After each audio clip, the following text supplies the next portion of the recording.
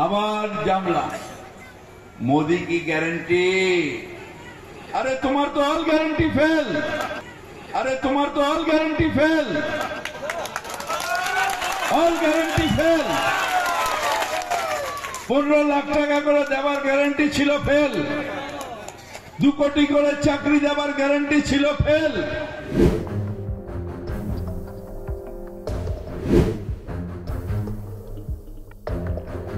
আস্তে আস্তে আমার মনে হচ্ছিল যে এখানে তৃণমূল ছাড়া আর কিছু নেই।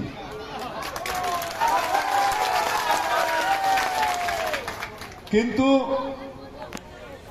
আমরা এসেছি তার কারণ বিশেষ করে মা বোনেদের কাছে। এই কারণে এসেছি যে আজকে নিশ্চিতভাবে একটা ইলেকশন এখানে শতাব্দী রায় জিতবে।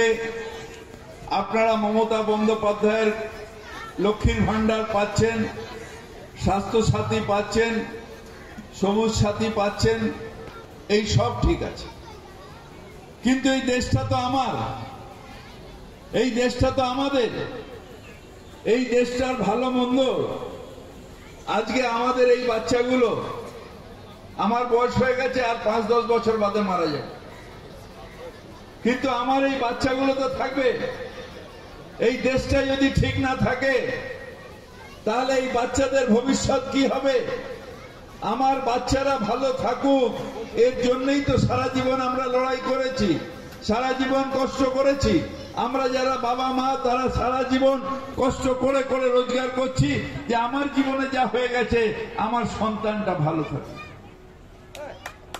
সেই জায়গায় আজকে আমার দেশ, এই দেশটা কোথায় যাচ্ছে?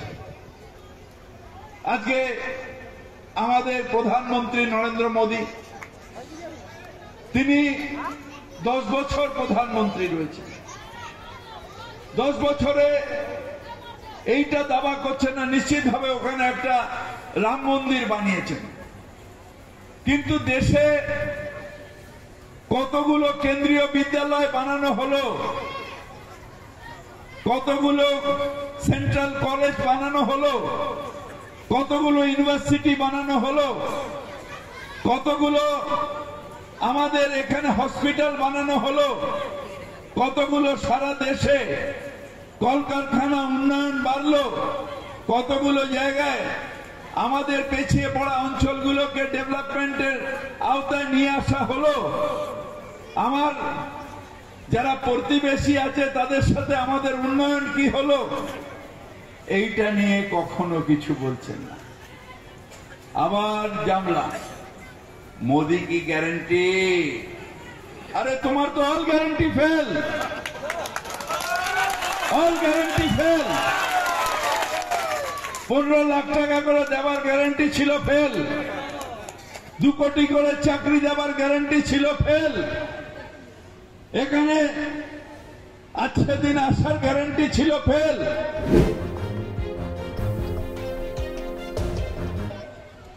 একটা বিভাজনের রাজনীতি করে দিয়ে হিন্দু মুসলমান হিন্দু মুসলমান হিন্দু মুসলমান করতে গিয়ে পুরো দেশটাকে আজকে নরক তৈরি করে দিচ্ছে। আজকে আশ্চর্য ব্যাপার, আজকে আশ্চর্য ব্যাপার, একটা প্রধানমন্ত্রী সে দাঁড়িয়ে রাজস্থানে বলছে যে এনডিএ আসলে হিন্দুদের কাছ থেকে তাদের সম্পত্তি কেড়ে নিয়ে মুসলমানদের দিয়ে দেওয়া হবে। চিন্তা করে দেখুন কিরকম নোংরা প্রধানমন্ত্রী। ভারতবর্ষের সংবিধানে এই বাড়িটা আপনার তো আপনার, এই সম্পত্তি আপনার তো আপনার, এটা কেড়ে নেবার ক্ষমতা কারণ নেই। এইটা প্রধানমন্ত্রী ভুল মিথ্যে কথা আবার বলছেন। প্রধানমন্ত্রী বলছেন মা हिंदू माँ का मंगलसूत्र का लेके जिन लोग का बच्चा ज्यादा होता है उन लोग को दे दिया जाता है। আমি বললাম না, হিন্দু মা হিন্দু বোন সেও আমার বোন। আমি ফিরহাদ হাকিম তাদের গ্যারান্টি দিচ্ছি, সেই সব মাকে বোনকে আপনার মঙ্গলসূত্রের জন্য, আপনার শাখা সিঁদুরের জন্য, আপনার যাতে সারা জীবন থাকে তার জন্য যদি আমার প্রাণ দিতে হয় আমার প্রাণ দেব। আমরা মুসলমান ভাই আপনাদের সাথে থাকবো। আমি বলি আমি ভয় করব না, ভয় করব না। আমি বলি আমরা তোমার শান্ত ছিল, শান্ত ছেলে, অস্ত্র ও শত্রু হেলে অস্ত্র হাতে লড়তে জানি। তোমার ভয় নেই মা, আমরা প্রতিবাদ করতে জানি। কোন মায়ের ক্ষতি হোক এটা আমরা চাই না।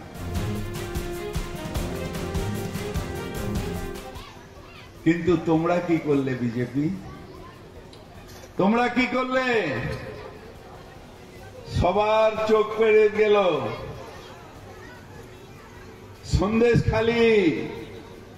সন্দেশখালীতে শাহজাহান বাহিনী মা বোনের ইজ্জত নষ্ট করেছে। পার্টি অফিসে ডাকতো, সেইটা নিয়ে বড় করে সারা মিডিয়ায় হলো, সব জায়গায় বড় করে হলো। আজকে আমার কথা নয়, ওখানকার বিজেপির মন্ডল সভাপতি কি বলছে, না ওটা বিজেপির বানানো ছিল, সেইখানে আমাকে মাল দেওয়া হয়েছিল, আমাদের বিরোধী দলনেতা মাল দিয়েছিলেন আর ফোন পাঠিয়েছিলেন, প্ল্যানিং করে আমরা মা বোনকে দিয়ে এটা বলিয়ে দিয়েছি। আজকে আরেকটা বোন যারা বিয়ে করে সে বলল আমাকে সাদা কাগজে সই করানো হলো, আমাদের এখানে কোনো অত্যাচার হয়নি। বলছে শাহজাহান, শিবুর নাম বলছে না, আরেকটা কি নাম জানো, উত্তম বারিকের নাম বলছে না, সেখানে শুধু শাহজাহান ধর্মীয় বিভাজন না। বাংলায় কোন মা বোনের ওপর ইজ্জত নষ্ট হয় না। আমরা যারা এখানে বাংলার মানুষ, আমাদের কাছে সব থেকে বড় আমার মা বোনের ইজ্জত। সেই ইজ্জত বিজেপি তুমি টানিয়ে নষ্ট করেছো, তোমাকে ক্ষমা বাংলার মানুষ করবে না, করবে না, করবে না। কোথায় আপনার এমএলএ সাহেব, কি নাম জানো, অনুপ, হ্যাঁ অনুপ সাহা, কোথায় এমএলএ সাহেব? দেখিনি তো।